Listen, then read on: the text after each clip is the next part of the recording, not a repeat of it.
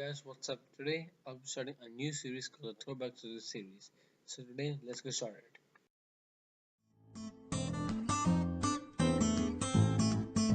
Here we have this box of a Sony Ericsson C902 Cybershot. This is like a 10-year-old phone, and we're going to use this phone. So, as you can see, the box itself is very big. Even the smartphones of these days don't have this big boxes. So let's unbox this, and once we open it, we see the phone here. This is the phone, and inside the box we also get some other things.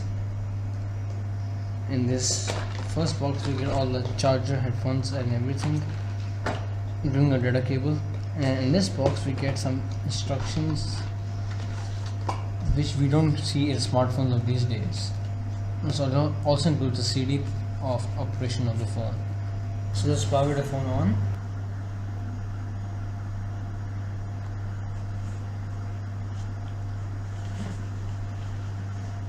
And we do it, this a blue light comes, and so now the phone is on. We're waiting for the screen.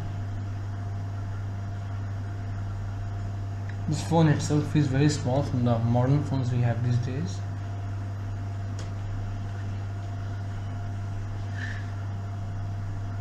And here we have the phone. So this phone has a 2.4-inch screen. I'll deal with the specs later, and we can see that it's a very handsome phone with all the buttons elegantly displayed, and in the menu we have all the things here, from messaging to Cybershot camera to the media, radio contacts, and everything a phone of that day. This phone is like from 2008, and at that time this was one of the one of the expensive phones of its time, because the other phones were like these, small, but it fell apart from its competition because smartphones very common, touchscreen smartphones like the Samsung. Main thing about all this phone was its camera. It has a 5 megapixel. Even at that time the iPhone had a 2 megapixel, so it has a dedicated camera button as well, and there are like 3 ways to open the camera. One is the camera app, second the button, third is this way that just let this thing open, and now we have the camera here.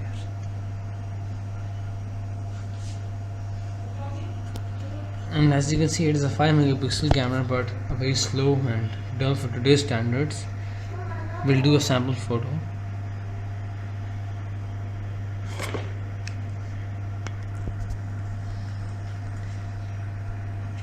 See, it takes a lot of time to focus, and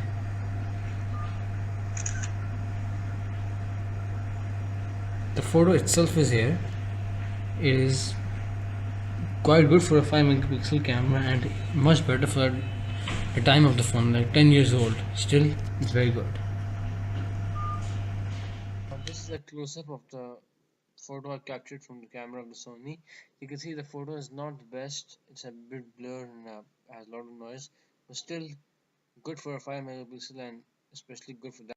This photo has been captured by a modern day 5 megapixel camera, and you can see how cameras have evolved in phones, and this is a much better, more clearer photo compared to the previous camera. Now this phone originally came with a 160 MB of memory, which could be expanded up to 8 GB through an SD card. It has 128 MB RAM and a 930 mAh battery. Camera is a 5 megapixel, which can shoot videos of 320 into 30 frames per second. Display is a 2-inch of 240p. The phone is overall very heavy, as it weighs around 107 grams, and it has a removable bag with only one SIM card slot.